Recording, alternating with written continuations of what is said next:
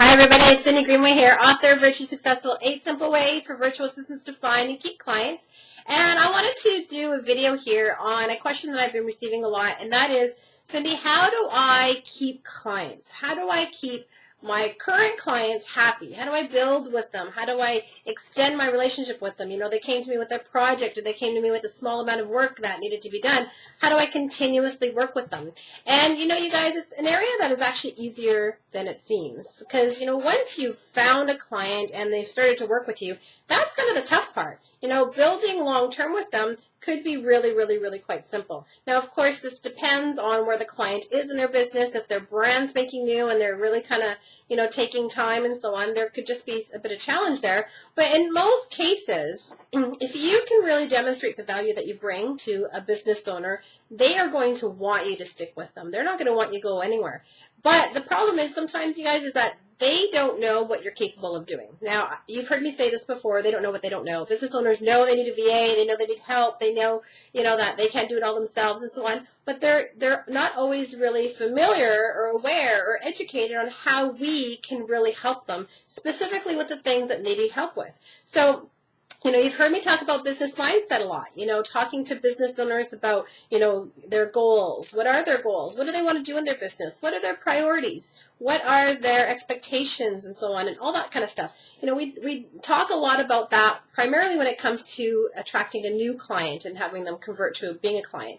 But, you know, it's the same thing, the same formula that you can use ongoingly with your current clients. Now, this is something that I did without even really realizing it. Years ago, I worked with someone and we would jump on the phone. I talked to them every week. And I would say, okay, we've done this. What's coming up this week? What's on your radar for this next coming month? What are some of the things you want to make sure we get taken care of? And they would tell me. They would say, okay, well, I want to do this, I want to do this, or here's some of the goals I have.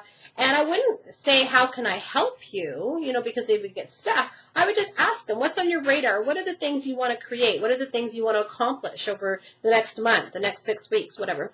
And when they told me, I could then say to them, hey, you know what, I can help you with that. Or I can take care of this piece. Or, you know, let me take care of that. Let me do the research for that. I'll get back to you. And, you know, sooner or later, what ended up happening was that I was taking more and more off their plate. I was adding more and more to my plate, but I was building a long-term relationship with them.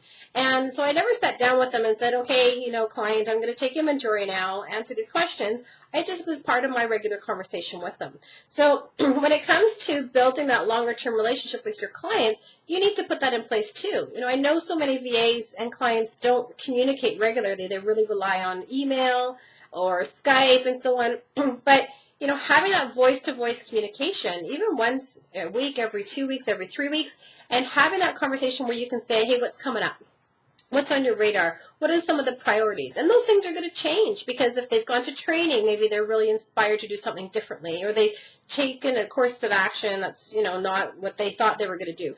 You know, so by asking them that and always sort of keeping up to date on what they're doing, you can then use your mindset. You can apply your mindset and say to them, hey, I can take care of that. Let me take care of this. And you know, over time, build more and more and more of a stronger connection with them where they can imagine having a business without you.